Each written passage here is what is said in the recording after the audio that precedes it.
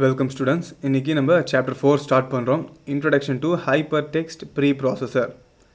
இது ஷார்ட் ஃபார்மில் பிஹெச்பின்னு சொல்லுவாங்க. ஹெச்பிபியில் PHP. Fine. Introduction to PHP. Internet and web-based online applications are performing very important role in business and entertainment industry. So, இப்போ எல்லாமே business இருக்கட்டும், எதுவாக இருக்கட்டும், சோஷியல் மீடியா எல்லாமே வந்து இப்போ இன்டர்நெட்டும் வெப் பேஸ்டு ஆன்லைன் அப்ளிகேஷன்ஸ் இல்லாமல் எதுவுமே சாத்தியமில்லை. வெப் பேஸ்டு ஆன்லைன் அப்ளிகேஷன்ஸ்னால் என்னது? நம்மளுக்கு ஈஸியாக தெரிகிற இந்த ஸ்விக்கி, தென் சொமேட்டோ, இந்த மாதிரி அப்ளிகேஷன்ஸ்லாம் இருக்குது பார்த்தீங்களா? இதெல்லாம் வந்து வெப் பேஸ்டு ஆன்லைன் அப்ளிகேஷன்ஸ். ஏன்னா இன்டர்நெட் இல்லாமல் வந்து அதை யூஸ் பண்ணவே முடியாது. சில அப்ளிகேஷன்ஸ் வந்து டவுன்லோட் பண்ணிட்டு அதுக்கப்புறம் ஆஃப்லைன் கூட யூஸ் பண்ணலாம். சரிங்களா? இப்போ திருக்குறள் ஆப்பே இருக்குதுன்னு வச்சுக்கோங்களேன்.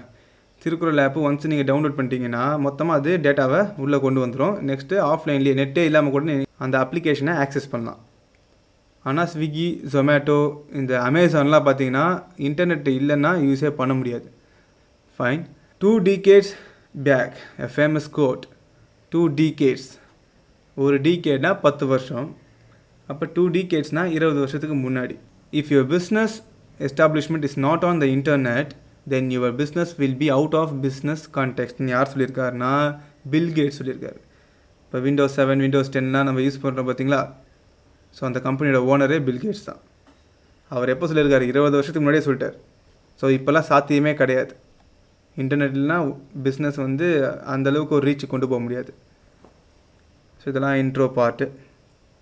The web-based internet application ensures the success of critical business in real-world competitions. The legacy programming languages didn't meet out the expectations of latest internet concepts and executions. பாரம்பரியமாக use பண்ணிகிட்டு இருக்க இந்த ப்ரோக்ராமிங் லாங்குவேஜஸால் இன்டர்நெட் பேஸ்டு கான்செப்ட்ஸை வந்து internet based கான்செப்ட்ஸோட அந்த expectation லெவலை meet பண்ண முடியல. So அதுக்குன்னே ஸ்பெஷலாக ஒரு ப்ரோக்ராமிங் லாங்குவேஜை க்ரியேட் பண்ணணும்னு நினச்சாங்க. எப்போது? Earlier 90s. யாருன்னா ஒரு பிரிட்டிஷ் சயின்டிஸ்ட், அவர் பேர் டிம் பர்னர்ஸ்-லீ. அவர் தான் முதல்ல என்ன கான்செப்டை கொண்டு வந்தார்னா இந்த www. அப்படின்னு சொல்லிட்டு போட்டு தான் நம்ம எல்லா வெப்சைட்டுமே பார்க்குறோம். அந்த www. அறிமுகப்படுத்தினது அவர் தான். These concepts required a new set of programming languages over the internet communication. So இதுக்குன்னு ஒரு புது செட் ஆஃப் ப்ரோக்ராமிங் லாங்குவேஜ் அவர் உருவாக்கினார் இந்த கான்செப்டுக்காகவே. These programming languages are recently called as web scripting languages. முதல்ல ஸ்கிரிப்ட் என்னென்னு தெரிஞ்சுக்கோங்க. ஸ்கிரிப்ட் ஜென்ரலாக அந்த இங்கிலீஷ் வேர்டுக்கு என்ன அர்த்தம்னா ரிட்டன் டெக்ஸ்ட்டுன்னு சொல்லுவோம். இப்போ படத்துலேயே கூட சொல்லுவாங்க ஸ்கிரிப்ட் எழுதுறது அப்படின்னு சொல்லிட்டு. பேப்பரில் வரிகளை எழுதுனா அது ஸ்கிரிப்டுன்ற மாதிரி. நம்ம ஆனால் இங்கே என்ன எழுதுகிறோம்? சிஸ்டம்லேயே நம்ம எழுதுகிறோம், டைப் பண்ணுறோன்ற மாதிரி சொல்லலாம். ஸோ ஸ்கிரிப்ட்னா அதுதான் அர்த்தம். வெப் ஸ்கிரிப்டிங்னா வெப்புக்கான ஸ்கிரிப்டிங் லாங்குவேஜ், என்ன ப்ரோக்ராமிங் லாங்குவேஜ் யூஸ் பண்ணுறோன்ற மாதிரி. So web scripting languages. Web scripting லாங்குவேஜில் நிறையா இருக்குது. ஸோ அது ஒரு common term. The web scripting language has many policies which is easy to handle and solve the critical business problems around the world. So ஒரு மல்டிமில்லியனரே ஒரு பெரிய லெவலில் ஒரு பிஸ்னஸ் நடத்துகிறாருன்னா அவரால் என்ன பண்ண முடியும்? அவரோட பிரான்ச்சஸை வேர்ல்டு ஃபுல்லாக கொண்டு போக முடியும். பட் இன்னும் எஃபிஷியன்ஸியாக வேலை பார்க்கணுன்னா கண்டிப்பாக அந்த இடத்துல அந்த இன்டர்நெட்டோட அவசியம் ரொம்பவே தேவை. ஸோ அந்த மாதிரி சில ப்ராப்ளம்ஸை இது தீர்த்து வைக்குது அப்படின்ற மாதிரி சொல்கிறாங்க. இன் later 1990s many web scripting languages was introduce to support internet online business. இது ஜென்ரலான விஷயம். இந்த டியூனோட பாருங்கள். PHP is one of the most widely used and recognizable technologies in use on the internet. Originally PHP stood for personal home page. So PHP வந்து ஸ்டார்டிங்கில் எதோட short ஃபார்மாக இருந்ததுன்னா personal home page. Though most recently it has been changed to stand for PHP, Hypertext Preprocessor. However, no matter what it is called, PHP is a fundamental part of any dynamic web page. எந்த dynamic web பேஜ்னா static web பேஜ்னா நிலையான web பேஜ்னு சொல்லுவோம். நீங்கள் last year படிச்சிருப்பீங்கன்னு நினைக்கிறேன். Dynamic web பேஜ்னா மாறக்கூடியது, மாறிக்கிட்டே இருக்குன்ற மாதிரி web page. So அந்த மாதிரி வெப் பேஜஸ்லாம் க்ரியேட் பண்ணால் PHP is a fundamental part. அடிப்படையாக தேவைப்படுற ஒரு விஷயம் PHPன்ற மாதிரி சொல்கிறாங்க. இது எல்லாமே நம்ம ஈஸியாக வந்து ரியல் டைம் எக்ஸாம்பிள்ஸோட நீங்கள் கம்பேர் பண்ணிக்கலாம். PHP Hypertext Preprocessor is one of the important server-side web and general purpose scripting language invented by Rasmus Lerdof in 1994. பிஹெச்பியை யார் முதல்ல கண்டுபிடிச்சான்னு பார்த்தோன்னா ராஸ்மஸ் லெர்டாஃப் இன் 1994. இது வந்து என்ன சொல்கிறாங்களா, server side web and general purpose scripting language சொல்கிறாங்க. நீங்கள் முதல்ல இந்த சர்வர் சைடுன்றது தெரிஞ்சுக்கோங்க. சர்வர் சைடு கிளைண்ட் சைடு ரெண்டு இருக்குது. சர்வர்னால் ஒரு பேங்க் எக்ஸாம்பிள் எடுத்துப்போம். இப்போ நாம் கிளைண்ட்டு, பேங்க்கில் வேலை செய்கிறவர், அதாவது பேங்க்கில் நமக்கு ஹெல்ப் பண்ணுறவர் சர்வர். ஸோ இப்போ நீங்கள் பாட்டுக்கு ஜஸ்ட்டு போகிறீங்க, பேங்க்குள்ளே போயிட்டு கம்முட்டே நின்றுனா என்னென்னு கேட்பாங்க, சொல்லுங்கள் சார் என்ன விஷயம், என்ன, how can I help you அப்படின்ற மாதிரி கேட்பாங்க. அப்போ உங்களுக்கு அங்கே ஒரு அக்கௌண்ட் இருக்கணும். அந்த அக்கௌண்ட்டில் ஏதாச்சும் ஒரு டவுட் இருக்கணும், இல்லை ஏதாச்சும் ஒரு ஃபெசிலிட்டி நீங்கள் ஆட் பண்ணிக்கிற மாதிரி இருக்கணும். இந்த இன்டர்நெட் பேங்கிங் இல்லை மொபைல் பேங்கிங் இந்த மாதிரி விஷயங்களை நீங்கள் அந்த ஃபெசிலிட்டியை ஆட் பண்ணிக்கிற மாதிரி இருக்கணும் உங்களோட அக்கௌண்ட்டு கூட. அந்த மாதிரி ஏதாச்சும் ஒரு சர்வீஸை நீங்கள் கேட்கறதுக்காக போகலாம். அப்போ ஏதாவது ஒரு கேள்வி உங்கள் மனசில் இருந்தால் தான் நீங்கள் பேங்க்கே போவீங்க. ஏதாவது ஒரு வேலை இருந்தால் தான் நீங்கள் பேங்க்கு போவீங்க. அப்போ ஒரு கேள்வி, இது யார் எழுப்புறது, உங்கள் மூளை, சரிங்களா, உங்கள் பிரெயின்லேருந்து எழும்பக்கூடிய கேள்வி. அது வந்து கிளைண்ட் சைடு. இதுவே வந்து நீங்கள் ஒரு ரோபோட்டாக இருந்தீங்கன்னா பிரெயின் செய்யாது, ப்ராசஸர் தான் செய்யும். அந்த ப்ராசஸர் அந்த மாதிரி ஒரு ரெக்வஸ்ட் எழுப்புறதுக்கோ இல்லை ஒரு விஷயம் கேட்கறதுக்கோ அதுக்கு என்ன இருக்கணும், கண்டிப்பாக ஒரு செட் ஆஃப் ப்ரோக்ராமிங் இருக்கணும், சரிங்களா. அதே மாதிரி எதிர்க்க இருக்கிற ஒரு சர்வர், அவருக்கும் என்ன தெரியணும், நீங்கள் கேட்குற கேள்வியை அவர் புரிஞ்சிக்கிட்டு அதுக்கேற்ற சர்வீஸை உங்களுக்கு ப்ரொவைட் பண்ணணும். அப்போ அவர் பிரெயினில் அந்த மாதிரி விஷயங்கள் இருக்கும். என்ன இப்போ இவர் கேட்குறாரு, இவருக்கு என்ன மாதிரி நம்ம கொடுக்கணுன்றது அவர் பிரெயின் தான் முதல்ல சொல்லும்.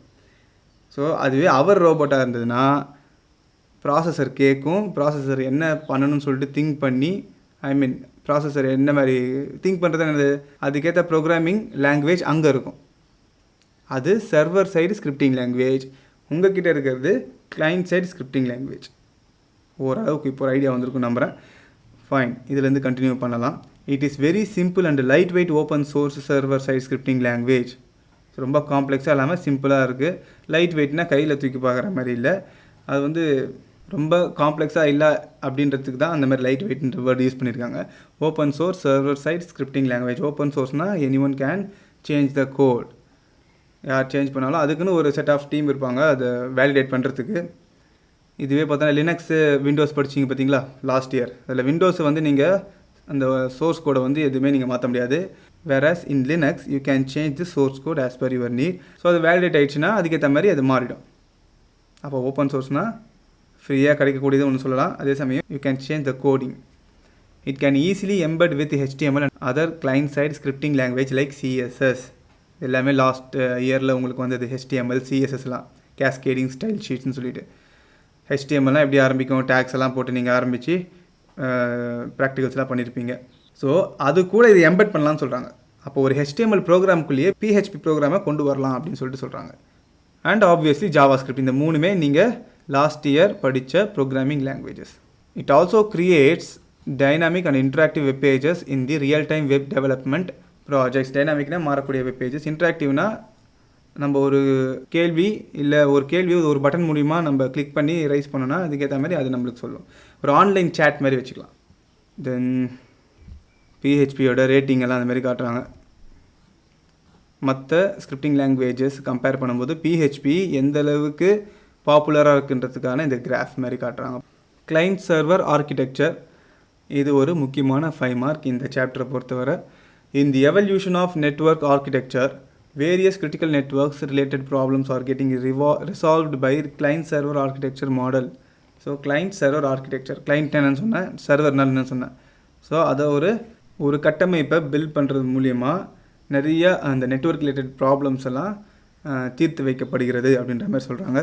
தி client server architecture introduces application sharing mechanism between 2 different hardware systems over the network. Application ஆப்னு சொல்லியிருக்கோம். ஸோ அதுவே வந்து 2 ஹார்ட்வேர் சிஸ்டம்குள்ளே ஷேர் பண்ணுற அளவுக்கு வந்து இந்த கிளைண்ட் சர்வர் ஆர்கிடெக்சர் நமக்கு ஹெல்ப் பண்ணுதுன்றாங்க. In 1990s internet was emerging in the computer network field. The main objective of internet implies that an application is shared by more than one hardware, either it could be a server or client machine. So மெயினாக இன்டர்நெட்டோட என்ன ஒரு மோட்டிவ்னா application sharing. என்ன அப்ளிகேஷன்னாலும் அதை ஒரு சர்வருக்கு நடுவுலையோ இல்லை கிளைண்ட்டுக்கு நடுவுலையோ share பண்ணுற அளவுக்கு இருக்கிறதா இன்டர்நெட்டோட மெயின் வேலை அப்படின்ற மாதிரி சொல்கிறாங்க. இந்த சர்வர் கிளைண்ட்டுக்கு இன்னொரு எக்ஸாம்பிள் உங்களுக்கு சொல்லிடுறேன். இப்போது பேங்கிங் எக்ஸாம்பிள் சொன்னேன் பார்த்தீங்களா, இந்த பேங்கிங் எக்ஸாம்பிளை நீங்கள் வந்து பேங்க்குக்கு போகாமல் வீட்டில் உக்காந்து சிஸ்டம் மூலியமாக நீங்கள் அந்த ரெக்வஸ்ட்டை ரைஸ் பண்ணுறீங்கன்னா, உங்களுக்கு ரைஸ் பண்ணுறதுக்கு ஒரு அப்ளிகேஷன் ஹெல்ப் பண்ணுது பார்த்தீங்களா, அது எதை கொண்டு பண்ணியிருப்பாங்கன்னா கிளைண்ட் சைடு ஸ்கிரிப்டிங் அப்படின்ற மாதிரி. நீங்கள் ரைஸ் பண்ணுற அந்த query பார்த்தீங்கன்னா அந்த சைடு போகும்ல. இங்கே ஒரு கேள்வி கேட்குறீங்கன்னா யார்கிட்ட கேட்குறோம், பேங்க் கிட்ட. அங்கே பார்த்தோன்னா நம்ம கேட்குறதுக்கு அங்கே ஷேட் மாதிரிலாம் இருக்காது. நீங்கள் ரைஸ் பண்ணிவிடுவீங்க, சில சிஸ்டம் உங்களுக்கு ஆட்டோமேட்டிக்காக ரிப்ளை ரெஸ்பான்ஸ் பண்ணும். ஸோ அதை பார்த்தீங்கன்னா அதுக்கு எது யூஸ்ஃபுல்லாக இருக்குன்னா அந்த சைடு அந்த ரெக்வஸ்ட்டை ப்ராசஸ் பண்ணுறதுக்கு சர்வர் சைடு எது ஹெல்ப் பண்ணுதுன்னா இந்த server side scripting language. So the server is a high performance hardware machine. It could run more than one application concurrently. இது ஜென்ரலான விஷயம். அது வந்து ஒரு பெரிய மாசான ஒரு ஹார்ட்வேர் மிஷின். அது வந்து ஒரே சமயத்தில் எத்தனை அப்ளிகேஷன் வேணாலும் ரன் பண்ணக்கூடியது அப்படின்ற மாதிரி. The client is a separate hardware machine which is connected with server in the network. Simple. Amazon இருக்குது, அமேசான் ஆப்பு. நீங்கள் அமேசான் ஆப்பை இன்ஸ்டால் பண்ணிட்டு நெட்டை ஆஃப் பண்ணிட்டு ஓப்பன் பண்ணி பாருங்கள். நோ இன்டர்நெட் சர்வீஸ்ன்ற மாதிரி சம் மெசேஜ் சொல்லி ஒரு நாய் படம் மாதிரி போட்டிருப்பாங்க.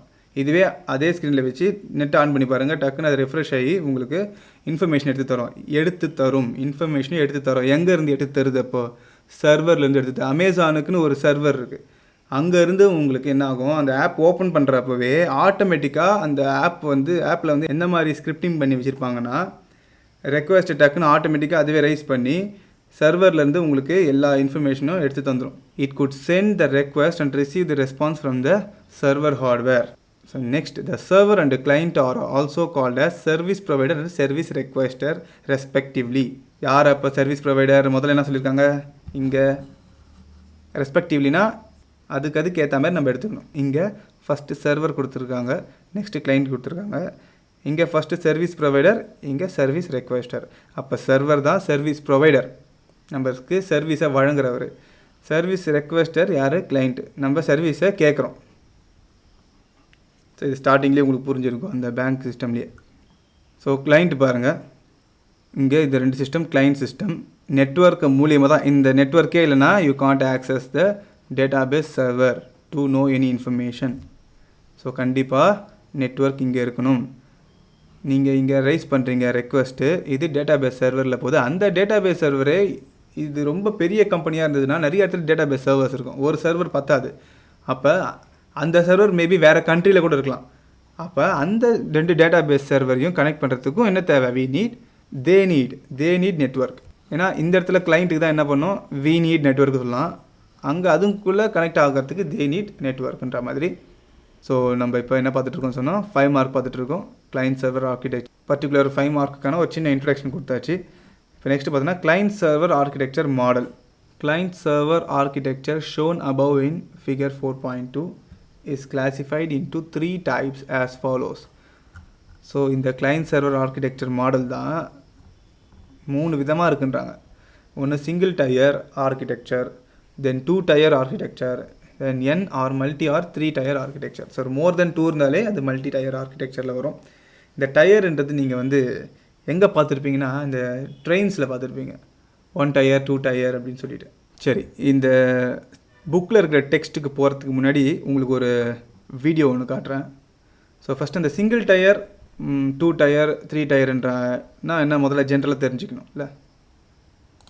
ஸோ ட்ரெயினில் நீங்கள் ட்ராவல் பண்ணும்போதோ இல்லை ரயில்வே ஸ்டேஷனில் நீங்கள் இந்த வெளியூர் போகும்போது நீங்கள் நோட் பண்ணியிருக்கலாம், AC 2 டயர் அண்ட் AC 3 டயர்லாம் போட்டிருக்கோம். ஸோ இப்போ அது சில பேருக்கு தெரிஞ்சிருக்கும், சப்போஸ் தெரியாதவங்கன்னா இப்போ தெரிஞ்சுக்கோங்க.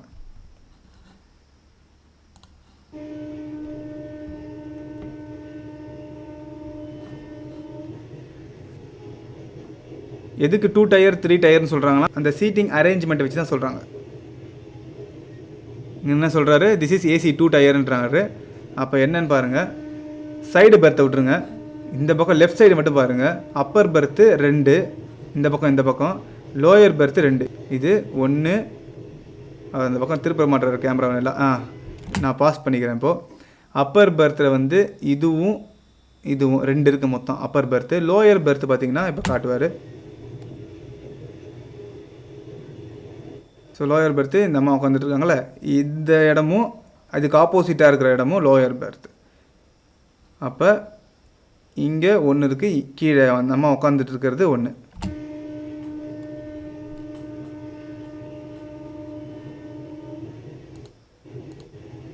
இப்போ நெக்ஸ்ட்டு ஏசி 3 டயர் போகிறோம். இதுதான் 3 டயர்ப்பா. 3 டயரில் பார்த்தீங்கன்னா கீழே ஒன்று இருக்குது, மிடில் ஒன்று இருக்குது, மேலே ஒன்று இருக்கும். படுக்கும்போது என்ன பண்ணியிருப்பாங்க, இதை இங்கே இப்படி தூக்கி செயினில் கனெக்ட் பண்ணிடுவாங்க. ஸோ அப்போ lower berth, middle berth, upper berth 3 இருக்கும். ஸோ இந்த மாதிரி 3 இருந்ததுன்னா அது ஏசி 3 டயர்னு சொல்லலாம். ஏசி இருந்தால் ஏசி, ஏசி இல்லைனா இல்லை. ஓகேவா? ஏசின்றது விஷயம் இல்லை, இங்கே 2 டயர் 3 டயர் சிம்பிளாக இப்போ புரிஞ்சிருக்கும். 2 டயர்னால் லோயர் பெர்த்தும் அப்பர் பெர்த்து மட்டும் தான் இருக்கும். சாஞ்சிக்கிறதுக்கு இது கூட வச்சுருக்க மாட்டாங்க. மோஸ்ட்லி அந்த அம்மா உட்காந்துட்டு இருக்கும்போது நீங்கள் பார்த்துருப்பீங்க. ஜஸ்ட்டு இங்கே அப்படியே இந்த மைக்கா ஷீட் மாதிரி தான் இருக்கும். 3 டயர்னால் லோயர் பெர்த், மிடில் பெர்த், தென் அப்பர் பெர்த். இங்கே சொல்லியிருக்காங்க பாருங்கள், அப்பர் பெர்த்து 2 பக்கமும் இருக்கும், மிடில் பெர்த் எக்ஸ்ட்ராவே ஆட் ஆகிருக்கு. இந்த மாதிரி மிடில் பெர்த் இருந்தால் தான் அது வந்து 3 டயர். சரி, இப்போ வந்து நம்ம கான்செப்டில் வரலாம். Single tier architecture. This architecture is used for the server accessed by client.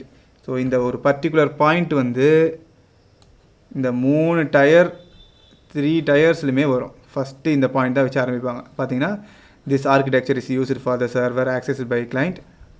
This architecture is used for the server accessed by client. Fine. The client application runs inside the server machine itself.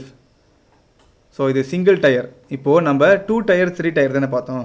அப்போ single டயர்னால் நீங்களே இப்போ ட்ரெயினை வச்சு நீங்கள் compare பண்ணிங்கன்னா யோசிக்கலாம். Single டயர்னால் lower Perth மட்டும்தான் இருக்கும், அதுக்கு மேலே ஒன்றுமே இருக்காது. அது வந்து சிங்கிள் டயர், அதாவது 1 டயர் அப்படின்ற மாதிரி பார்க்கலாம். அதே மாதிரி தான் இங்கே என்ன பண்ணியிருக்கு பாருங்கள், ஒரே ஒரு போர்ஷன் தான். ஸோ அதுக்குள்ளே கிளைண்ட் கம்ப்யூட்டர்ஸ் இருக்குது, ஒரே ஒரு ஃபைல் சர்வர்.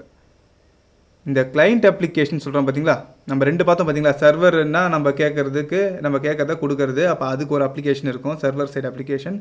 நம்ம கேட்குறதுக்கு தேவையான விஷயங்கள் கிளைண்ட் சைடு அப்ளிகேஷன் இருக்கும். நம்ம ரெக்வஸ்ட் பண்ணுறதுக்கான ப்ரொவிஷன்ஸ் எல்லாம் கிளைண்ட் சைடு இல்லை இருக்கும். இப்போ ஒரு அப்ளிகேஷன் ஃபார்மே ஃபில் பண்ணுறீங்கன்னா உங்கள் சைடு இருக்கிறது என்ன பார்ப்பீங்க, உங்கள் ஃபஸ்ட் நேமு, லாஸ்ட் நேமு, உங்கள் டேட் ஆஃப் பர்த், என்ன வேலை செய்கிறீங்க, இந்த மாதிரி விஷயங்கள்லாம் கேட்குறது கிளைண்ட் சைடில் இருக்கும். அதுவே அந்த அப்ளிகேஷனை ப்ராசஸ் பண்ணுற சர்வர் சைடு, பேங்க் சைடு பார்த்தீங்கன்னா வேறு மாதிரி இருக்கும் அந்த அப்ளிகேஷன். ஸோ இப்போ இந்த சிங்கிள் டயரில் என்ன சொல்கிறாங்கன்னா, the client side application runs inside the server machine itself. கிளைண்ட்டையும் சர்வரையும் பிரித்தா தான் 2 டயருக்கு போகும். இப்போ அந்த கிளைண்ட் அப்ளிகேஷனே சர்வரில் இருக்கிற மாதிரி சொல்கிறாங்க. ஸோ தனியாக கிளைண்ட்டுக்குன்னு ஒரு அப்ளிகேஷன் சைட் இல்லாமல் சர்வர்லேயே அதை இன்க்ளூட் பண்ணியிருக்காங்க. அப்போ எல்லாம் ஒரே இடத்துலேயே முடிஞ்சு போச்சு. This acts as a single layer interaction. அதே 2 டயர் பார்த்தோம்னா நடுவில் ஒரு லேயர் இருக்குது பாருங்கள். This architecture is used for the server accessed by client. இந்த ஆர்கிடெக்சர் யாரால் யூஸ் பண்ணப்படுதுன்னா கிளைண்ட் ஆக்சஸ் பண்ணுற சர்வரால். இங்கே ஒரு சின்ன கரெக்ஷன் இருக்கிற மாதிரி தெரியுது, ஏன்னா accessed by client as 2 layer இன்ட்ராக்ஷன்ஸ்னு போட்டிருக்காங்க. அதுவே இங்கே பார்த்தோன்னா இப்போ லேயர்னு இப்போ எதை சொல்கிறாங்கன்னா இது தான் சொல்கிறாங்க. இப்போ இங்கே பார்த்தோன்னா this architecture is used for the server accessed by client through more than 1 layer interaction. So இங்கே கரெக்டாக சொல்லியிருக்காங்க, ஏன்னா இது ஒரு லேயரு, இது ஒரு லேயர்னால் மோர் தென் 1 லேயர், அப்போ 3 டயர் வருது. பட் இங்கே வந்து 2 லேயர் சொல்லியிருக்காங்க. பட் ஆனால் இங்கே ஒரு லேயர் தான் இருக்குது. அப்போ இதை வந்து ஆஸ் சிங்கிள் லேயர்னு மாற்றிக்கோங்க, ஆஸ் சிங்கிள் லேயர் இன்ட்ராக்ஷன்ஸ். அப்போ இந்த லைன் எப்படி போடலான்னா, such as client in tier 1 and server in tier 2 அப்படின்னு தான் போட முடியும். நடுவில் ஒரு லேயர். அப்போ இதுதான் என்ன, இங்கே மாற்றிக்கோங்க, கையில் புக் எடுத்துக்கிட்டு இங்கே சிங்கிள் லேயர் இன்ட்ராக்ஷன்ஸ்னு போட்டுக்கோங்க. இதில் லேயர் எடுத்துருங்க, client in tier 1 and server in tier 2. இப்போ ஒன்றும் இல்லை, ஒரு பர்கரே எடுத்துக்கோங்க, அதில் சீஸ் லேயர்னு ஒன்று போடுவோம். சீஸ் லேயர் மட்டும் போட்டு ஒரு பர்கர் நீங்கள் சாப்பிட்றீங்கன்னா, அதான் பன்னில் சொல்லுவாங்க பார்த்தீங்கன்னா, காய்கறிலாம் போட்டு, அதில் காய்கறிலாம் எதுவுமே இல்லாமல் ஒரு அந்த ஹேம்பர்கர் சொல்லுவாங்க பார்த்தீங்களா, கீழே மேலேயும் பன் இருக்கும், நடுவில் ஒரு சிங்கிள் லேயர்னால் லேயருக்கான ஒரு அர்த்தமே. ஸோ வெறும் சீஸ் லேயர் மட்டும் போட்டிருப்பாங்க. ஸோ நீங்கள் இந்த ஹேம்பர்கர் மாதிரியே எடுத்துக்கோங்க. ஸோ மேலே இருக்கிற பன் இது, கீழே இருக்கிற பன் இது, நடுவில் சீஸ் லேயர் மட்டும். ஸோ இதை தான் லேயர்னு சொல்லணுமே தவிர இதை சொல்ல முடியாது ப்ராக்டிக்கலாக பார்த்தா. ஆனால் இங்கே கரெக்டாக கொடுத்துருக்காங்க பாருங்கள், த்ரூ மோர் தென் 1 லேயர் இன்ட்ராக்ஷன். இதெல்லாம் கொஞ்சம் புரிஞ்சுக்க ட்ரை பண்ணுங்கள் சொல்லும்போது. ஏன்னா இது புரிஞ்சிச்சுன்னா நீங்களே எழுதலாம். Then the programmer could decide the count of business logic layers according to the software requirement. இங்கே ஏன் வந்து 2 லேயராக யூஸ் பண்ணுறாங்கன்னா அப்போ தான் 3 டயர் வரும். ஸோ இது லோயர் பர்த்து, ட்ரெயின் ரயில்வேஸ் மூலிமா சொல்ல போனால் இது லோயர் பர்த்து, மிடில் பர்த்து, அப்பர் பர்த்து. இதை பிரிக்கிறதுக்கு 2 லேயர் தேவைப்படுது. இந்த இடத்துல மிடில் அப்போ என்ன கொண்டு வராங்க, சரி இதை பார்த்துருவோம் முதல்ல. இது கிளைண்ட் சைடு ஒரு அப்ளிகேஷன் இருக்கும், சர்வர் சைடு ஒரு அப்ளிகேஷன் இருக்கும். இது வந்து சர்வர்லேயே கிளைண்ட் சைடு அப்ளிகேஷன் இதுக்குள்ளே இருந்துருது. அப்போ ஒரே இதுவாக முடிஞ்சு போச்சு ஒரே டயரில். இதில் வந்து எக்ஸ்ட்ரா ஒன்று ஆட் ஆகுது, பிஸ்னஸ் லாஜிக் டயர்னு சொல்லிட்டு. ஸோ அப்ளிகேஷன் சர்வர் கொடுக்குறாங்க நடுவில். இந்த கிளைண்ட் வந்து இந்த இடத்துல சொல்லியிருக்காங்க பாருங்கள், இந்த லைனை ஒரு தடவை நான் திருப்பி படிக்கிறேன். The programmer could decide the count of business logic layers. அப்போ ப்ரோக்ராமர் தான் இந்த சாஃப்ட்வேர்ஸ்லாம் அந்த ஆர்கிடெக்சர்லாம் பில்ட் பண்ணுறாரு. அப்போ ஒரு கம்பெனி வந்து இந்த மாதிரி ஒரு ப்ரோக்ராமர்கிட்ட போய் ஒரு ப்ரோக்ராமிங் கம்பெனியில் போய்ட்டு கேட்குறாங்கன்னா, சப்போஸ் அவங்களுக்கு கிளைண்ட் டயரில் கஸ்டமருக்கு சர்வ் பண்ணுற அப்ளிகேஷன் சர்வர் ஒன்று, அவங்கக்கிட்ட அந்த கம்பெனியில் வேலை செய்கிற எம்ப்ளாயீஸுக்குனே எங்களுக்கு தனியாக ஒரு அப்ளிகேஷன் சர்வர் வேணும்னு கேட்டால் இந்த 3 டயர் ஆர்கிடெக்சர் 4 டயர் ஆர்கிடெக்சராக மாறிடும். எப்படின்னா அப்ளிகேஷன் சர்வர் இந்த பர்டிகுலர் டயர் இருக்குது பார்த்தீங்களா, இந்த டயர் இன்னொன்று இங்கே எக்ஸ்ட்ரா ஆட் ஆகிடும். இந்த டேட்டாபேஸ் சர்வர் கீழே போயிடும், அதுக்கு நடுவில் ஒரு லேயர் வந்துடும். அப்போ 3 லேயர் 4 டயர், சிம்பிள்.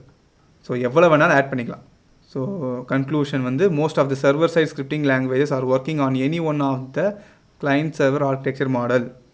பெரும்பாலான சர்வர் சைடு ஸ்கிரிப்டிங் லாங்குவேஜஸ் இந்த 3 ஆர்கிடெக்சர் இந்த பேசிஸில் ஒர்க் ஆகுதுன்ற மாதிரி சொல்கிறாங்க. Web server is software which is running in server hardware. Web server வந்து என்னென்னு சொல்கிறாங்க, அது ஒரு சாஃப்ட்வேரு சர்வர் ஹார்ட்வேரில். சர்வர் ஹார்ட்வேர்னா என்னது, இதுதான் சர்வர் ஹார்ட்வேர். இதில் தான் வந்து ரன் ஆகுதுன்ற மாதிரி. It takes the responsibilities for compilation and execution of server side scripting languages. அதுதான் இதை பார்த்துக்குதுன்றாங்க, சர்வர் சைட் ஸ்கிரிப்டிங் லாங்குவேஜை பார்த்துக்குதுன்றாங்க. முடிஞ்சு போச்சு. இது ஒரு 5 மார்க்பா. So the class is over for now.